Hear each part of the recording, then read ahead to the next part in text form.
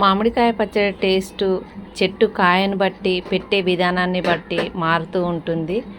ప్రతి సంవత్సరం మా చెట్టు కాయలనే మేము ఫ్రెష్గా కోసుకొని వచ్చి పచ్చడి అయితే పెడతాము. ఈ పచ్చడి పెట్టడానికి మా కన్నమ్మ కూడా హెల్ప్ చేస్తుందో మరి మా పనికి డబుల్ చేస్తుందో మొత్తానికైతే అటు ఇటు చేస్తుంది. మేము ఒక 50 కాయలైతే పచ్చడి పెట్టాలనుకొని కోసుకొని వచ్చి ఫ్రెష్గా ఇలా నీళ్ళల్లో అయితే ఒక హాఫ్ అన్ అవర్ నానబెట్టాము. తర్వాత కాయ మీద బూడిదలా ఉన్న తెల్లటి దాన్ని అయితే మొత్తం పోయేంత వరకు బాగా కడిగాము. పచ్చడికి కాయ రెడీ అయిందని తెలియడానికి ఏంటంటే ఆ కాయ మీద ఇలా తెల్లగా బూడిదలాగా వస్తుందండి. అప్పుడు కాయలు పచ్చడి పెట్టడానికి రెడీ అయినాయని తెలుస్తుంది. మా కన్నమ్మ అయితే మాకు హెల్ప్ చేస్తుంది కాయలు ఇస్తూ. మొత్తం కాయలు కడిగిన తర్వాత ఇలా తుడిచి ఒక శుభ్రమైన కాటన్ క్లాత్ మీద అయితే పెట్టాము. తుడిచిన తర్వాత ఆ కాయలకు ముచ్చికలైతే మొత్తం కట్ చేసి సొనగిట్ల ఏం లేకుండా బాగా మంచిగా తుడవాలి. ఒక్కొక్క కాయను మొత్తం అన్నిటినీ ఇట్లా కట్ చేసి సొన మొత్తం పోయేలాగా తుడిచి పక్కకు పెట్టుకోవాలి. ఈ కాయల్లోనే కొన్ని కాయలు ఒక 5-6 కాయలు అయితే మేము నీళ్ళ ఆవకాయ కూడా పెట్టాము. ఆ వీడియో కూడా మన ఛానల్లో పెట్టాము. అది కూడా మీరు వాచ్ చేయండి.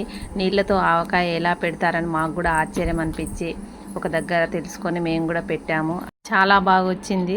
పచ్చడి పెట్టడంలో మా కన్నమ్మ హడావుడి అయితే అంతా ఇంత కాదు. తర్వాత ఆ కాయలను అయితే కత్తితో కొట్టడం స్టార్ట్ చేశాము. ముక్కలు మరీ చిన్నవి పెద్దవి కాకుండా మీడియం సైజులో అయితే ఇలా కట్ చేసాము. ముక్క చెదిరిపోకుండా టెంక కూడా కట్టేటట్టు మంచిగా కట్ చేయాలి.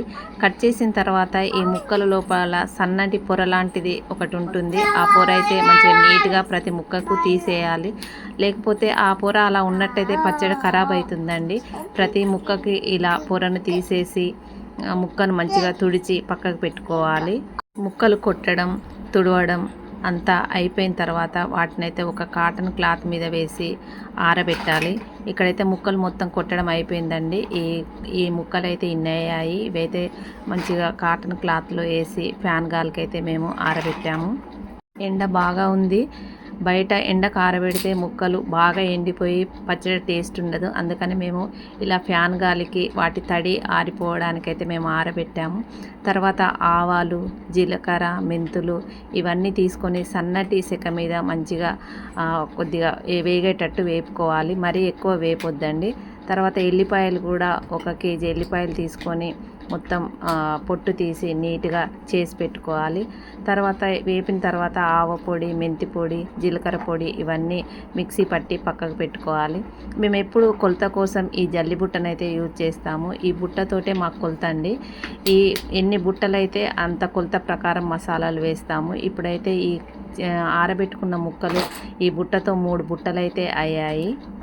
ఈ జల్లి బుట్ట ముక్కలకి కొలతలు చెప్తున్నాను.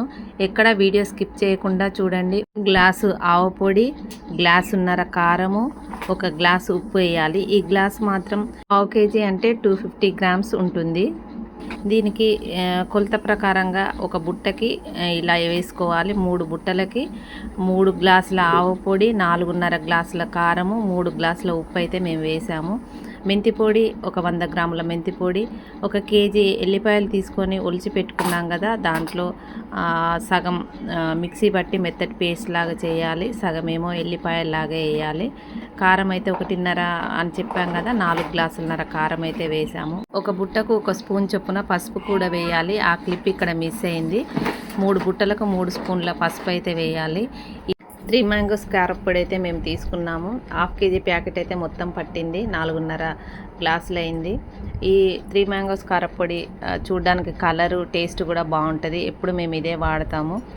తర్వాత దీంట్లో జీలకర్ర పొడి చేసుకున్నాం కదా, ఆ పొడి, పేస్ట్ చేసి పెట్టుకున్న ఎల్లిపాయ ముద్ద, ఇంకా మెంతి పొడి ఇవన్నీ వేసి బాగా కలపాలి. అన్నీ కలిసేటట్టుగా ఉప్పు, కారం, మనం వేసిన మసాలాలు కూడా అన్నీ కలిసేలా బాగా కలిపి అప్పుడు దీంట్లో ఆవకాయను మనము వేసుకోవాలి.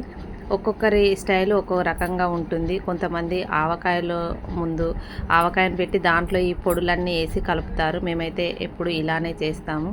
తర్వాత నూనె ఒక డబ్బాలో వేసి దాంట్లో ఈ ముక్కలను వేసి ఇలా పచ్చి నూనెలో ఈ ముక్కలు డిప్ చేసి ఈ మసాలాలో మనం వేయాలి. ఇలా వేయడం వల్ల ముక్క మెత్తబడకుండా గట్టిగా ఉండి సంవత్సరం అంతా కూడా ఫ్రెష్గా అప్పుడే పెట్టినట్టు బాగుంటుంది.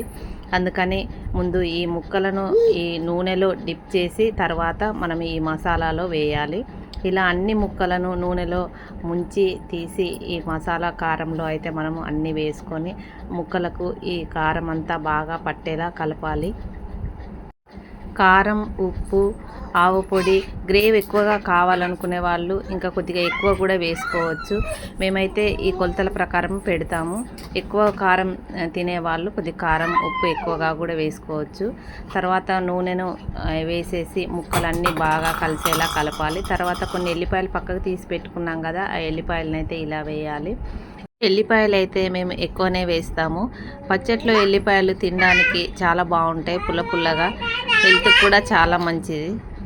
మొత్తం కలిపి జాడీకైతే ఎత్తేయాలి. ఇప్పుడు మేము నూనె అయితే 1 కేజీ పోసాము. 3వ రోజు మళ్ళీ కలిపిన తర్వాత ఇంకొక కేజీ నూనె పోసి ముక్కలు మునిగేదాకా వేసి ఉంచితే 1 ఇయర్ వరకు పచ్చడి ఖరాబ్ కాకుండా నిల్వ ఉంటుంది. Thank you for watching.